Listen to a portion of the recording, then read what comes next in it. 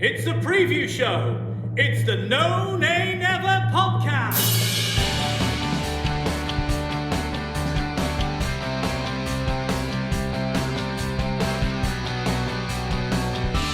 Hello and welcome to the preview show brought to you by the No Nay Never podcast. I'm your host, Natalie Bromley, but joining me is the main man himself, the headliner of the preview show. It is, of course, Dave Statman Roberts. Dave, welcome to Survival Saturday, Friday, Sunday, whatever day it is.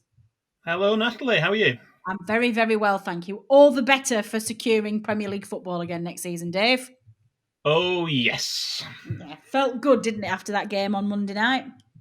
Yeah, well, I don't think there were too many lingering worries, really, but just getting that result, getting us over the line and making it mathematically certain was the result we wanted, and it does mean the last three games now we can play with a little bit of freedom, hopefully, and see what the players can do. Hopefully they'll do that and not be on the beach for the next three games.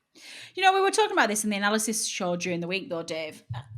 It's a bit of a funny one, really, because I want to get over those 40 points, really. That would be nice. And you want to finish as high up the table as you can just to maintain some competitiveness in the squad and, you know, finish on a high and get the prize money in as well. You know, that added prize money could be the difference between getting a player and not getting a player.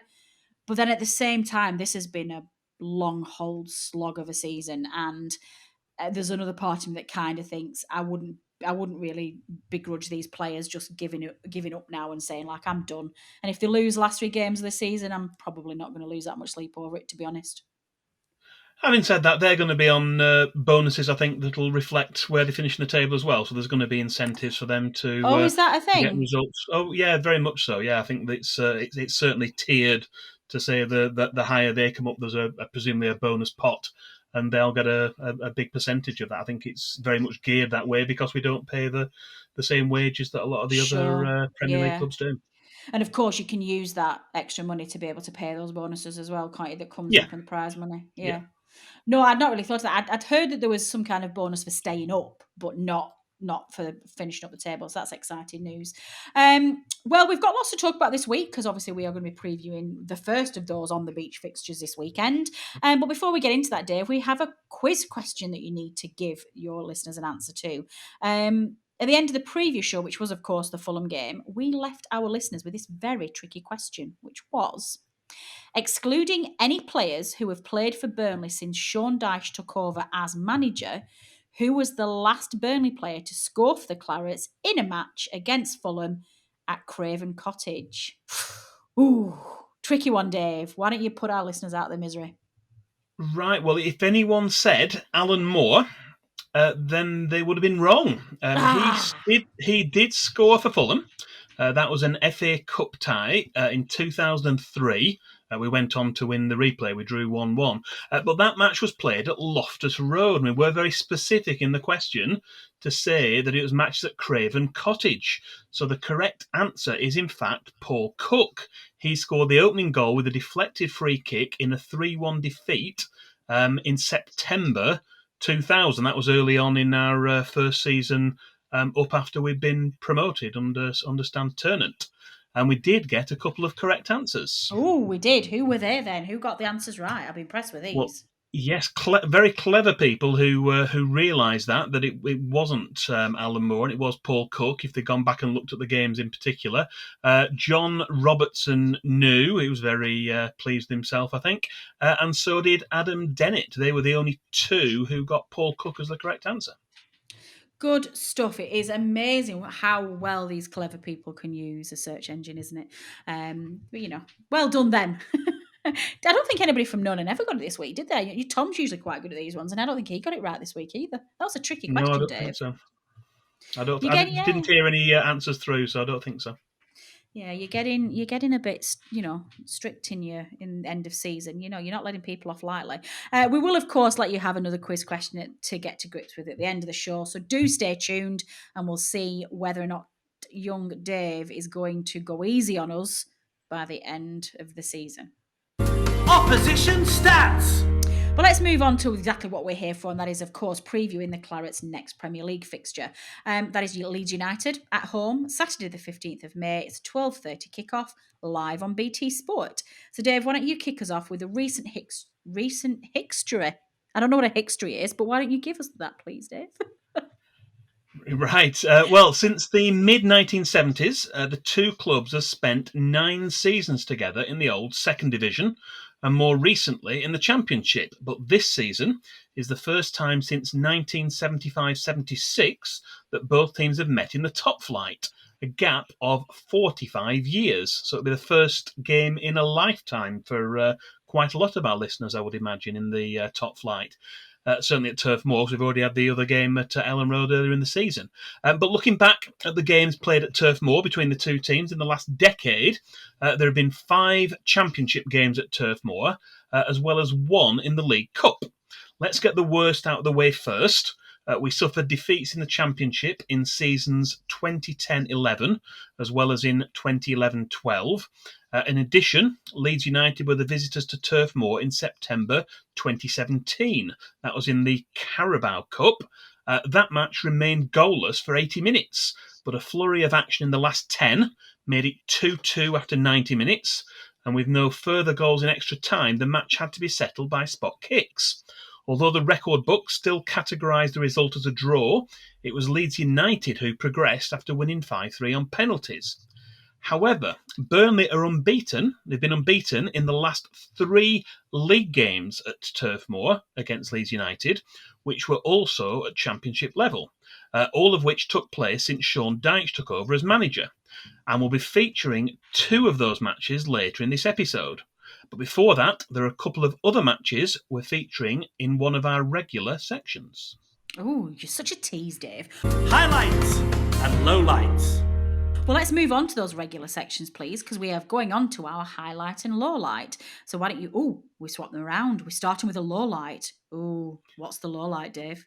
Right, well, in football, for every high, there are corresponding lows. And perhaps Burnley fans know this more than most. So for this week's lowlight, we've chosen a game from December of 2010.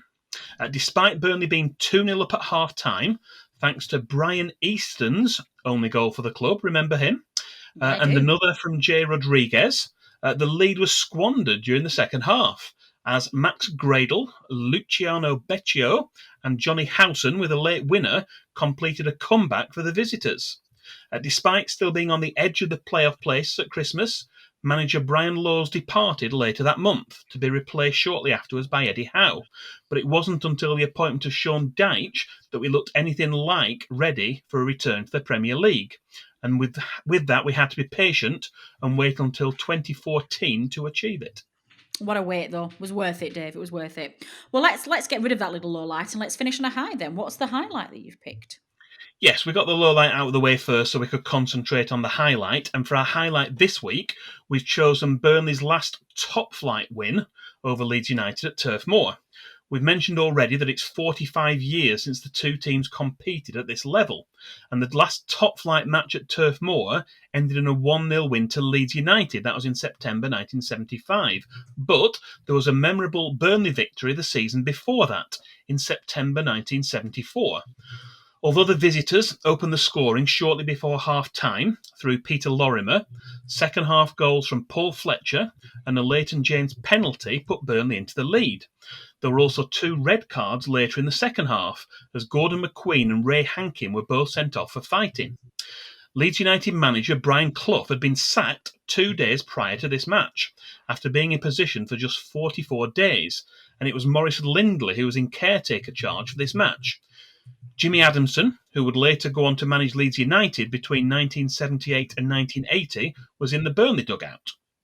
Although the new Bob Lord stand had been in use since February of 1974, this match also marked the ceremonial opening of the stand by former Prime Minister Ted Heath, who'd been invited as a special guest by Chairman Bob Lord. Wow.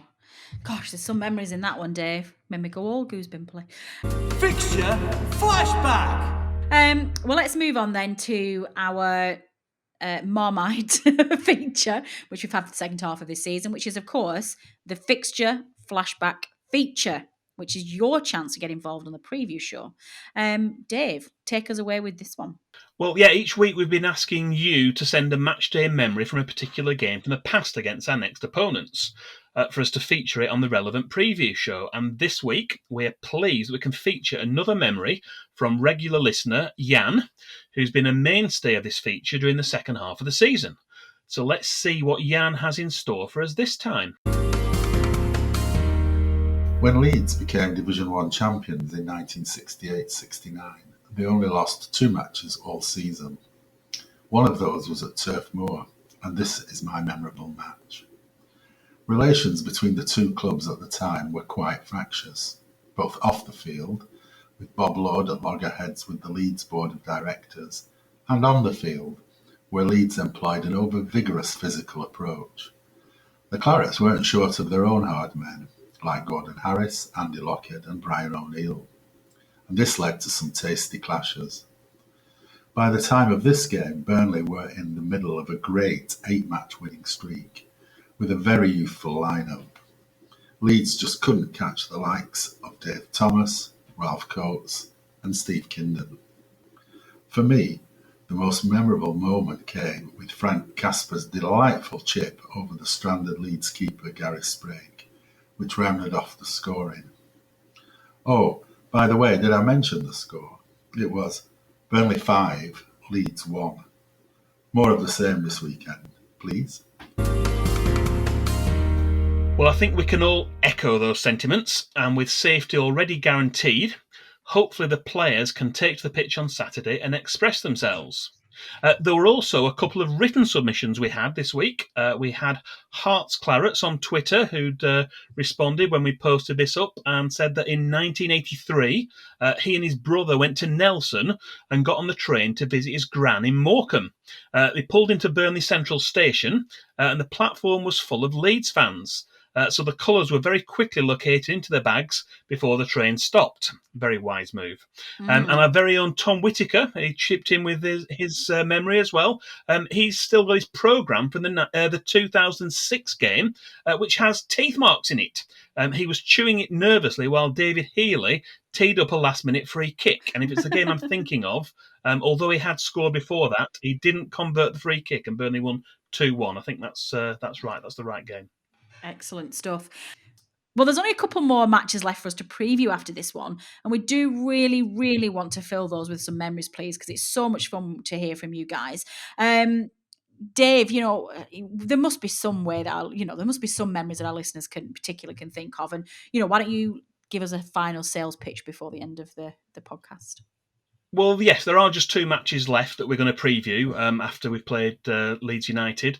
We've got Liverpool at home, and for that match in particular, I'm thinking about maybe a certain FA Cup tie with a memorable own goal, perhaps, that people might remember, might have their memories of that particular match. And then also after that, we've got Sheffield United away. It's not been the happiest of hunting grounds for Burnley fans over the seasons, but as we know with this feature, it isn't just about the match and the results. It can be other things going on in the game as well, so we want to hear about those. Please do get in touch and get your contribution heard. You can direct messages on Twitter, that's @NoNayNever, or you can send us an email, podcast@nonaynever.net. And although we're more than happy to read out written submissions, we do particularly enjoy hearing the recordings. We've mentioned this before, but the easiest website to use to record your thoughts and send us an audio link is vocaroo.com. That's VOCAROO.com, which is free to use, no registration required. And those listeners who have got in touch with us, most of them have used that. It's really easy to use. So we do really like to hear your memories and get them on the show before the end of the season. Excellent. Heroes and villains. Moving on then to the next of our features, we have got my favourite, which is, of course, our hero and villain for this fixture. So kick us off, Dave, with who you've picked as our hero. Well, our hero this week is a player who scored in a couple of Burnley's recent home wins over Leeds United. As well as grabbing the winner in a 2-1 victory in March 2014, he also scored the only goal in a 1-0 win in April 2016. And both those wins are important as they helped the Clarets on the way to promotion back to the Premier League in both of those seasons. The player, in case you hadn't guessed yet, was Scott Arfield. He was a free transfer to Burnley in the summer of 2013 following his release by Huddersfield Town. The goals, if you're interested, and recap those, were as follows. In 2014, Ben Mee's low cross on the left edge of the box bobbled to Scott Arfield, whose left-footed shot from near to the penalty spot was blocked, but came straight back for him to control and fire in low with his right foot. And for 2016, Sam Vokes rose to beat Sol Bamba in an aerial challenge and nodded the ball to Andre Gray, who set up Scott Arfield to hit a low shot and find a gap past Marco Silvestri after just 58 seconds. That was the only goal of the game, and Burnley won 1-0. So for scoring winning goals in 2 recent home matches against Leeds United, who else could we have chosen but Scott Arfield as our hero this week? Absolutely. What about the villain then? Oh my lord, is this gone rogue? Who have you picked as our villain, Dave? I've just seen the photo, listeners. Well, there's probably a case to be made for a long list of former Leeds United players to be considered as our villain for this episode. And I'm sure that in particular some of our older listeners will be able to mention some names who would have been strong candidates. However, several of the Leeds players of the golden era of the 1960s and 70s are no longer with us. During the past 18 months, they've mourned the deaths of Peter Lorimer, Jack Charlton and Norman Hunter, to name but 3. In addition, there are other players like Gordon McQueen who are suffering from dementia. So I'm going to draw a line in the metaphorical sand and won't be nominating a villain on this occasion. So let's let bygones be bygones and see if we can have a good game on Saturday without any of the bad blood that existed between the 2 teams in years past. Dave, well, that was a shocker. You went rogue, but good rogue. I like it. I like this. It is Leeds, though. Well, but okay, we like that one. Excellent. Referee then, please, Dave. Who's going to be officiating in the middle and at Stockley Park, please? We've got Graham Scott of Abingdon. He's going to be the man in the middle for the Roses match this Saturday. Burnley have won 5 of the last 6 matches he's refereed at Turf Moor, although the defeat was the embarrassing exit to non-league Lincoln City in the FA Cup 5th round in February 2017. This will be his 3rd Burnley match this season. That's following on from our win at Arsenal in December and also our defeat at Chelsea at the end of January. Overall, we've won 8, drawn 3 and lost 7 of the 18 previous games he's taken charge of. And all 3 of the red cards he's shown in these games have been to opposition players. VAR, Darren England has been tasked with the duties of the video assistant referee at Stockley Park, which, as we know, involves deciding if someone can really be a covering defender if they're lying on the floor while their goalkeeper comes out of his box and handles the ball. Good stuff. Statman Dave's Stat of the Week. Well, I don't think I'm going to leave it there, Dave, because I know you like to treat our listeners. So why don't you delve deep into those pockets and let our listeners have your miscellaneous Stat of the Week? This week's stat is not so much a stat this week, but more of an editor's ramble, as I try to summarise the club's recent achievements and put them into perspective. The victory at Craven Cottage on Monday evening not only confirmed Fulham's relegation, meaning they'll be spending next season back in the Championship, along with Sheffield United and West Brom, but it also meant that many opposition fans' worst nightmares have come true, and Burnley will be spending a 6th consecutive season in the top flight. In this era of super teams bankrolled by billionaires, the fact that a town team can reach the Premier League and stay there for as long as we have remains a minor miracle, and is an achievement which should never be underestimated. We've experienced the lows. 7 long seasons in the 4th Division in the late 1980s and early 1990s also included a last day escape in 1987. And after 33 long years away from the top flight, recent seasons have been much kinder to us. Since promotion in 2009, we are now getting ready for our 8th Premier League campaign. And among our brief returns back to the Championship during the last decade, we've also enjoyed 2 marvellous promotion seasons as well. As a selected few of us prepare to return to Turf Moor for the last home game of the season, with hopefully a lot more of us able to be there at the start of next season, we should look back with pride, as well as looking forward to what the rest of the 2020s holds for the future of Burnley Football Club. Oh, Dave, you got a bit sentimental this week. Don't get me wrong, I like it, but I think safety of that win over Fulham's put you in a rosy, happy place. I like it. Well, we do have a opposition view for you before Dave and I talk about our thoughts ahead of the game. We spoke to George from El Loco for Leeds to get his thoughts ahead of the game. Opposition view. Hello there, No Nay Never. Thanks very much for having me on. My name is George from El Loco for Leeds. I think Burnley, really, I mean, it's a bit of a dead rubber of a match, this. Both teams' fates are sealed for the season, really. It's only a matter of where we're going to finish in this season. It's, fates are sealed for both teams. We've obviously had a fantastic season, sitting in 10th.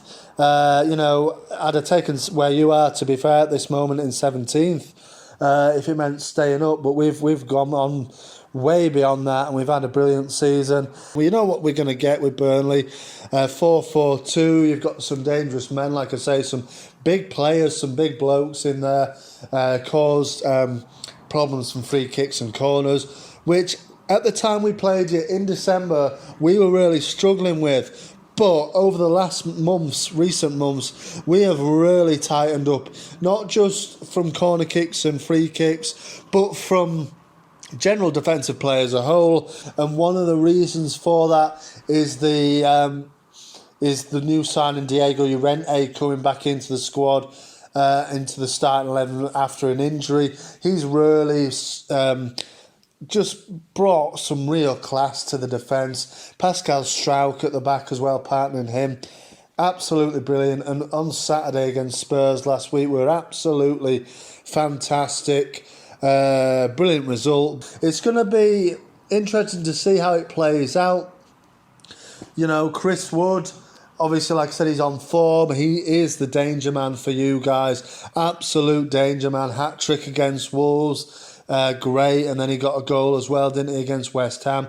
Who knows? Like I say, you're playing this evening. He might get another goal or two. He's really on form. Ex-Leeds player. He's going to be wanting to prove something, and he's a danger. He's a real danger for us, and it's all about how we marshal him, and how we keep him quiet. I do believe it'll be a good battle, sort of maybe Diego Llorente against Chris Wood. That might be the one to watch out for. The starting 11 read as follows: Meslier in goal, Ayling at right back, Llorente and Struijk at centre back. Left back will be Alioski, so he's dangerous going forward. He is a little bit suspect defensively, so that may well be a position where Burnley focus on and try and exploit, really, because he is definitely the weakest link out of that back line at the moment. In the CDM role, of course, it'll be a 4-1-4-1 formation. Phillips will be back, like I say. I believe Bielsa will put Phillips back in. Then on the right side, there will be a change, I believe, and a second change, and it'll be Rafinha that starts this one again. And I do think that Dallas will come into the middle in the centre attacking mid roles. He's a brilliant player, and he will partner Matthias Klick. And then on the left side will be Jack Harrison, and then up front, obviously, will be Bamford. I mean, that leads me finally onto the prediction, doesn't it? I think we're going to beat you here. In fact, I'm fairly confident of it. And I'm going to say 2-1 Leeds. So that's it from me. Well, thank you very much for having me on, guys, at No Nay Never.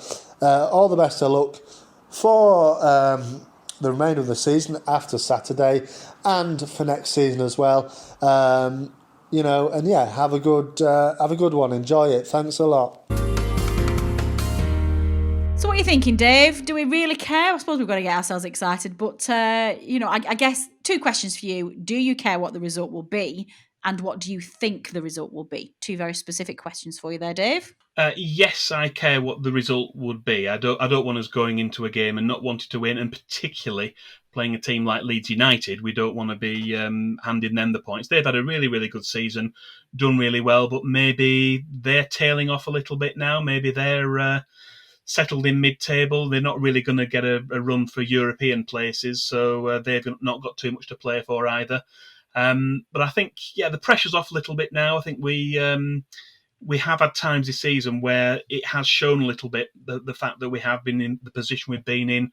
We obviously had the poor start to the season. 2 points from 7 games is well documented.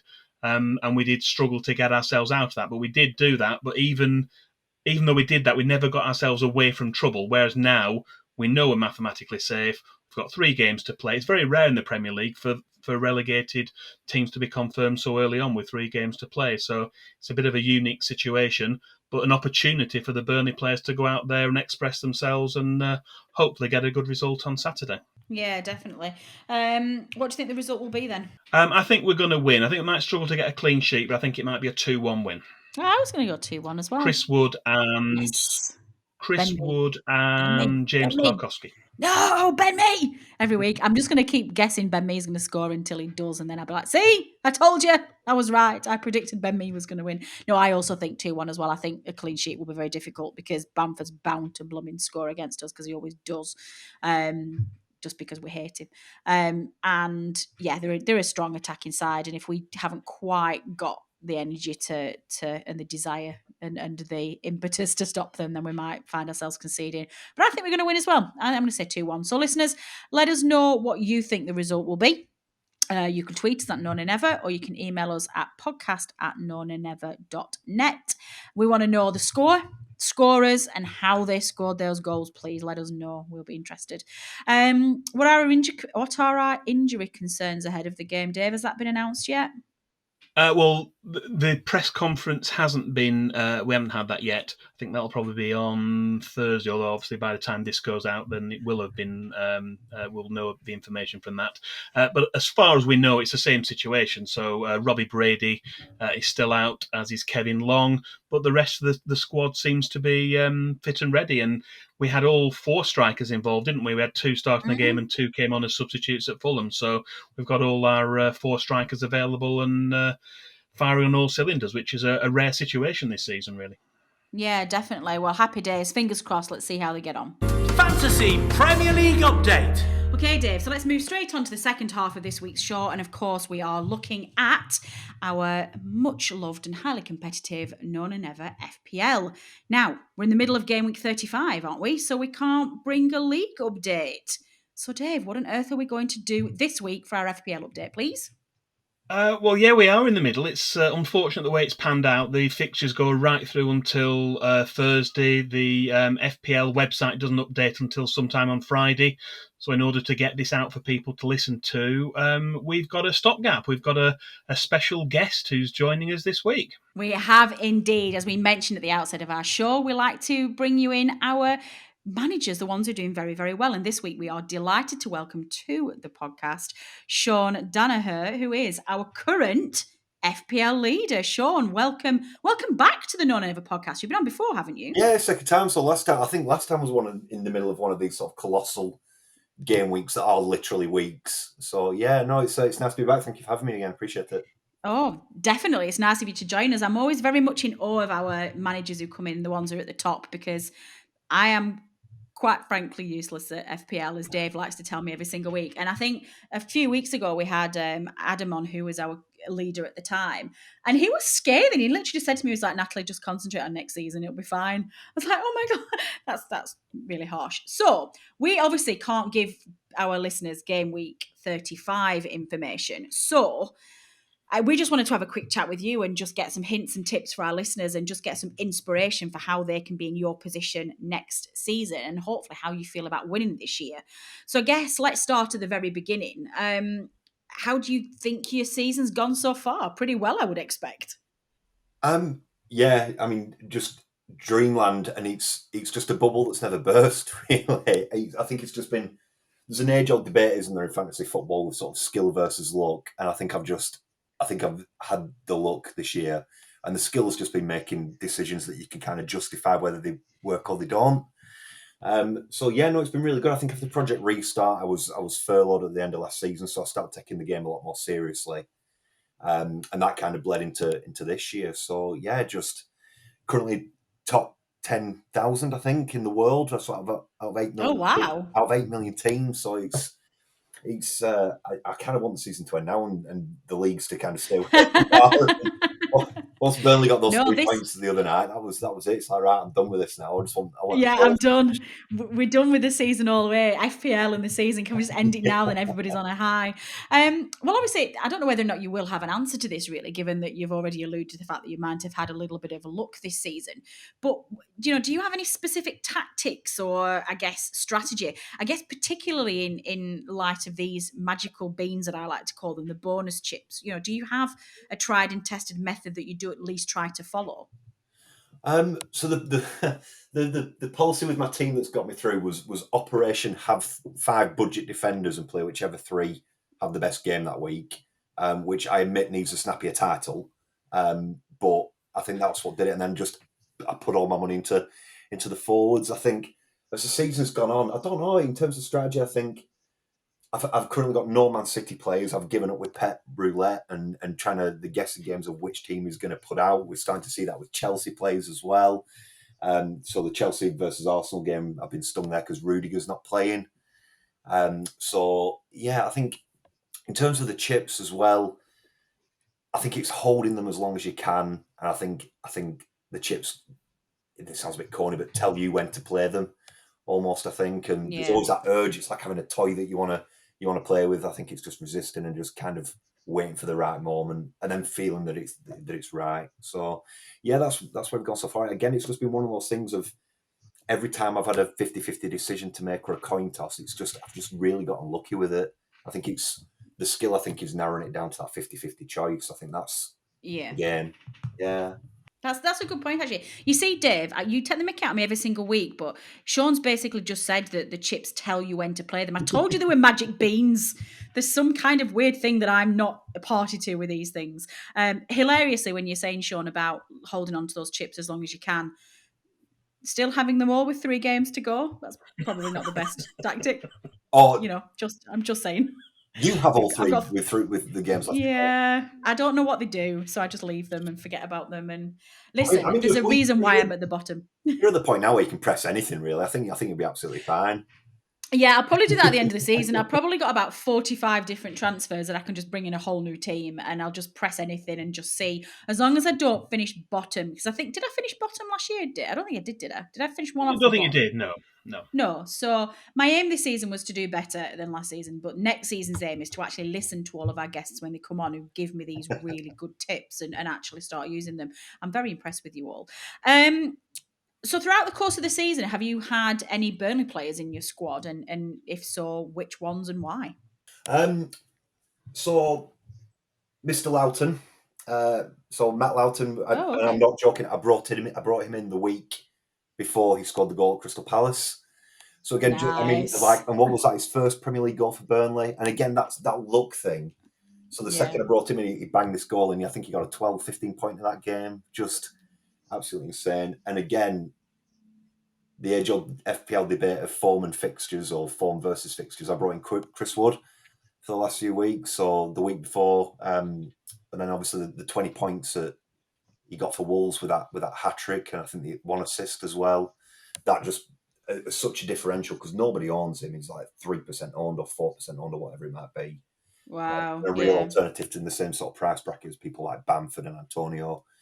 I had Dwight for a little spell as well, but I had to kind of move him on in the end when who did I bring in for that? Jota, I think, when he came back. So yeah, they've been in and out. I'd like to have 3. I'd like to have 3 in permanently. Pope, I think, I started the season out with as well. But the form of Emi Martinez at Villa was just too good to ignore, unfortunately. So, but yeah, currently Chris Wood is doing the business for me. So yeah, that's nice when he scores a goal, and not only is it for Burnley, but it's also for your FPL team. That's true. That's magic. Yeah, he's doing the business for all of us. All of us. He's Give the guy a knighthood. Well, Dave's put in our script that clearly for the rest of us, and I suspect this might be aimed at me, but clearly for the rest of me, it's far too late for this season. But what do you think we should be doing now to prepare for next season, if anything? That's quite a good, tricky question, that, Dave. But I like where you're going with it. It is. I think what's really quite invaluable is maybe looking back at where we are now and knowing what we know now and looking at the start of the season and who was in that team your first game week. And I mean, mine, I don't think I have any surviving players left. So I think in my first week, I think Aubameyang was in there, who's had a bit of a shocker all season. I think I had Greenwood, who didn't play for the first 3 or 4 weeks. He completely dropped in. So my honest answer would be nothing. I think we've got the Euros as well. The season's, really compacted. And I think it's those... I think, in terms of keeping chips as long as they can, maybe that's a bit of a lie. I think it's getting the best 11 players you can or the best squad you can, and then maybe thinking about an early wild card. I think normally what happens is we sort of get that international break around September time, I think. Yeah. Well, I think that's always a good place to play that and just kind of bring your team in line, having seen the first few weeks of the season. But if I look at my game week 1 team, there's almost no one left, I think, if memory serves. My game week 1 team is very easy to see because it's still my team now. Well, do you know, with 1 or 2 tweaks. Well, there's what do you call them? Like zombie teams. I think there are sort of leagues for that as well, of setting a team at the start of the season and seeing how they do. Oh, I'm absolutely winning that league. The Zombie League. There you go, Dave. Let's have a look at that for the next feature. Where am I in the Zombie League? I think I did make one change because I had a really fraught message one Saturday morning from Dave, from producer Matt and Dave, who both said, Bromley, will you please sign on to your FPL because you've got like 6 players who aren't playing. I was like, really? What's this? And I couldn't even remember my password. Like, I'd signed on. I was like, oh, yeah, no, they've been injured for a while. I'll get rid of them. And I think, was it about 4 weeks ago, Dave, that I suddenly, it might have been Adam actually, who told me that you get some transfers, like free transfers, and you don't have to, because I've not even brought players in and out. So yeah, they're definitely things I'm going to look at next season. So I guess the last question from me, Sean, is, for players like me who do enjoy it, but are very prone to lose interest when I'm clearly at the bottom and going to be at the bottom all season, what is it about FPL that can keep you interested and just get you excited and keep you going all season if you know you're not going to win it? I think mini leagues, I think, is the answer. So I think, one of the reasons I joined yours was I think I put something out right at the start of the season. I think there's certain amounts. I think there's 20, and then there's public head-to-head leagues, and then there's like a cup round that starts. So I think it's mini leagues, because while you might not be having such a good time in one, you might be in another, and you could just maybe set one up with one of your friends at work or 2 or 3 people, and maybe that keeps it competitive. And I've got some with lads who I play 5-a-side with. So I think mini leagues the answer. I think that's what really can drive it week in, week out, and not every player's going to look at their overall and where they are out of 8 million teams, and probably not a lot of fun in that. And that's why you see so many sort of zombie teams and people giving up. So yeah, I think mini leagues would be the answer to that one. That's what I'm going to set up a mini league for me and my cat, and then I think we'll definitely come second in that league. Mini leagues you can fix. I'll take. Yeah, and then put money on it. Put money on it as well. So if you know you're going to win, then look at that. Quid's in. Yeah, at this moment in time, I'm not entirely sure that I would beat my cat at fantasy football, but you never know. We'll give it a try. Are you confident then you're going to hang on for 3 weeks and get the title this year? The Known and Never champion comes with a sticker. It's very exciting. Actual sticker. Right, okay. It actually does come with a prize. We have a budget for a prize for the winner. Really? So you will get... Yeah. We send a prize out to the winner.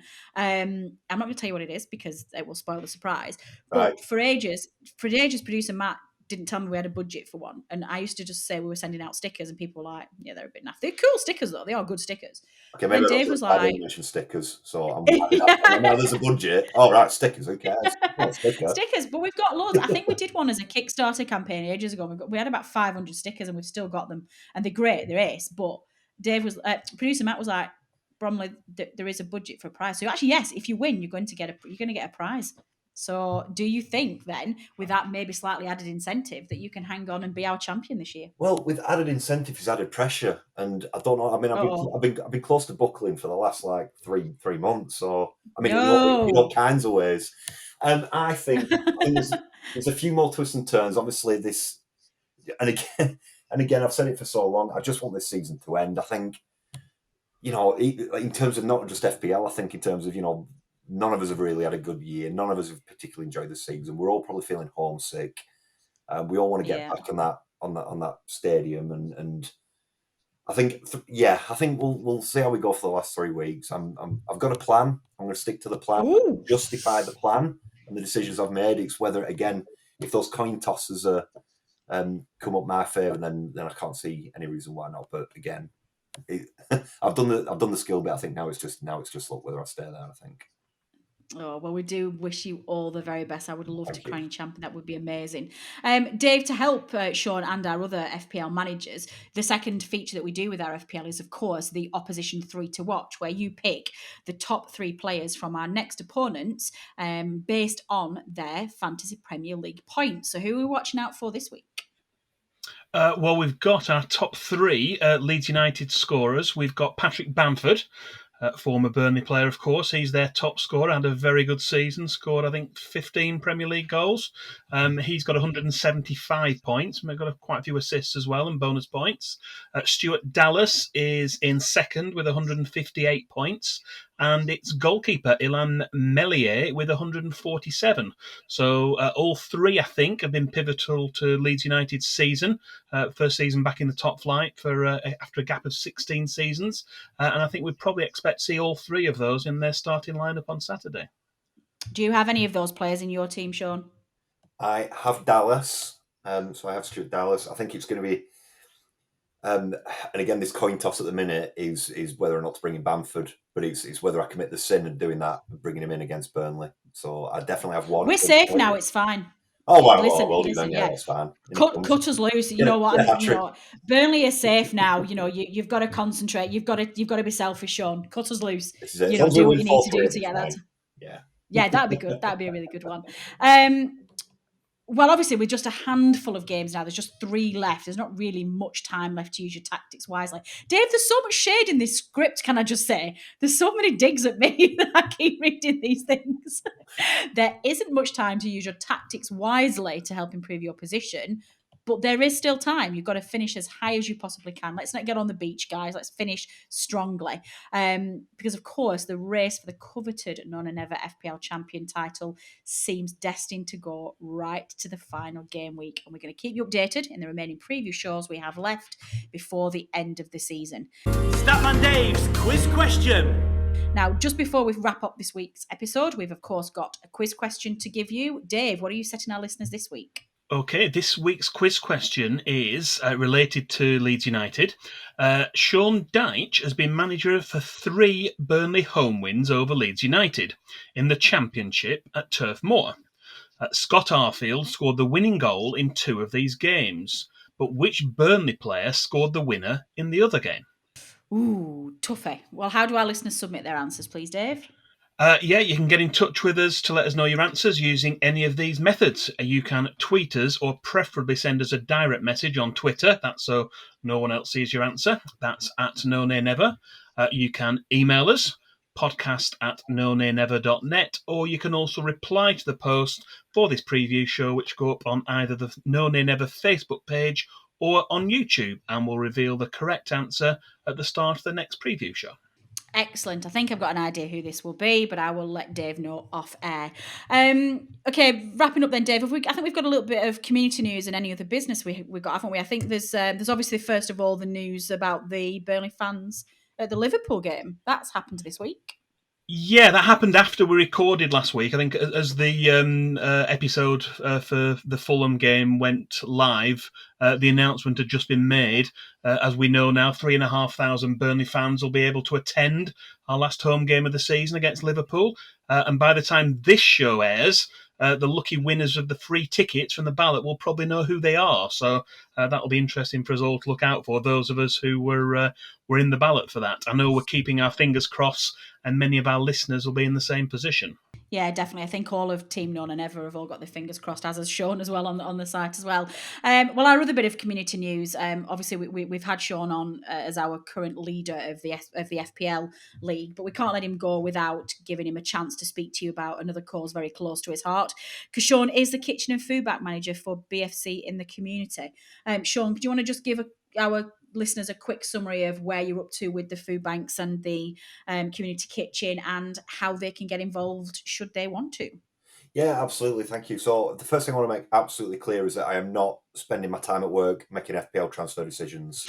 So I'm serving the club and the charity and the community.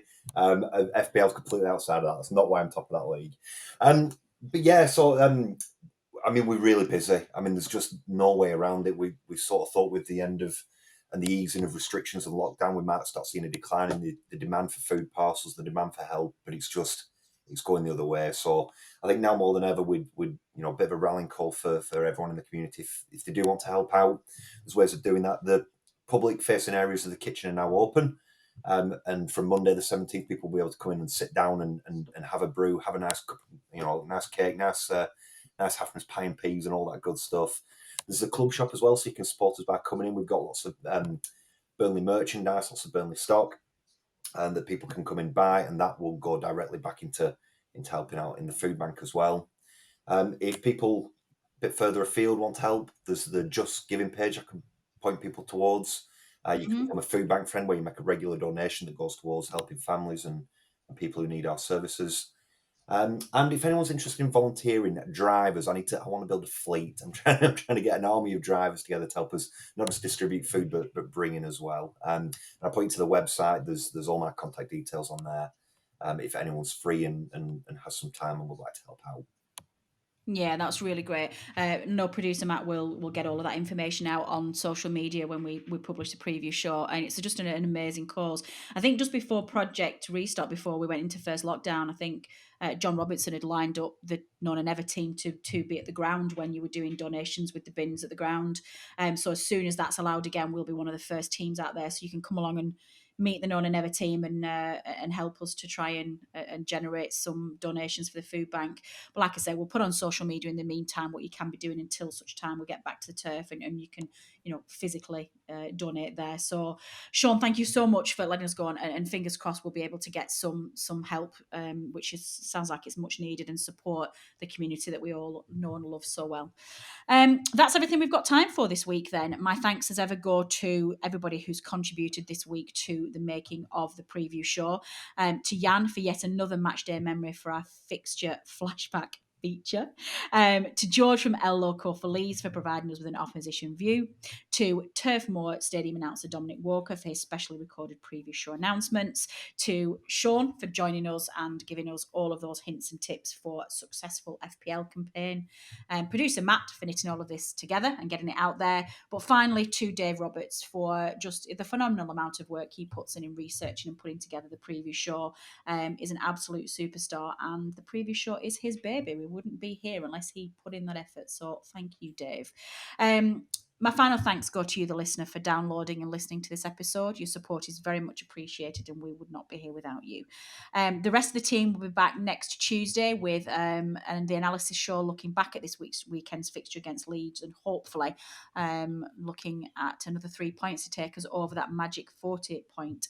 In the meantime, stay well, stay safe. If anybody is struggling, the None and Ever lines are always open. If you want to have a chat, football or otherwise, you can tweet us at None and Ever, or you can drop us an email. Become pen pals. We usually respond to emails, so don't be alone. Get in touch if you want somebody to talk to. This is everything we've got time for. So I've been Natalie Bromley. This has been the preview show brought to you by the None and Ever podcast. Until next time.